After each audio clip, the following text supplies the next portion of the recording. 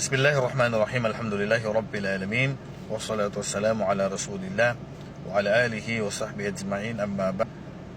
Assalamualaikum warahmatullahi wabarakatuh. May tanong dito, sabi niya, Assalamualaikum Sheikh, pwede po ba gumamit ang babae ng gamot para maiwasan mabuntis o para hindi dumami ang anak, kumbaga po family planning, at ang iba po dahil natatakot sila sa kahirapan, o parang ganun yan.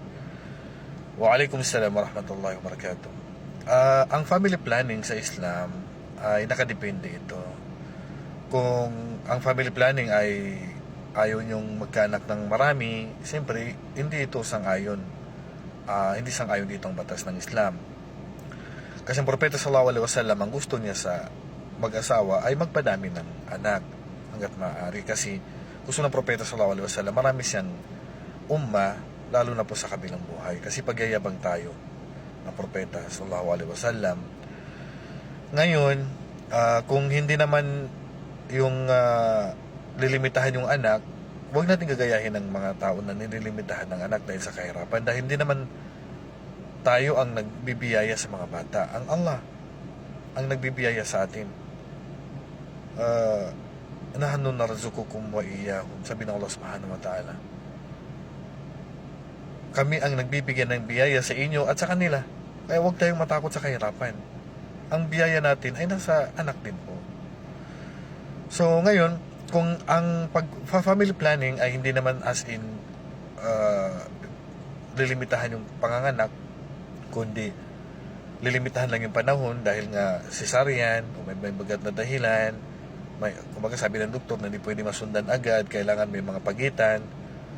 So, kung may mga ganyan, pansamantala lang, halimbawa 1 taon, 2 taon, magpa-family planning, gagamit ng pills o gamot na pipigil para mabuntis yung babae o yung lalaki, o kaya ay mag-withdraw, gagamit ng condom. So dito, kung temporary lang naman at may mabigat na dahilan, dahil halimbawa, may trabaho pa, kaya sinabi ng doktor na bawal mo na mabuntis, ilang taon mo lang ngayon, o may isa pang sa mga mabibigat na dahilan, so walang problema na mag-family planning.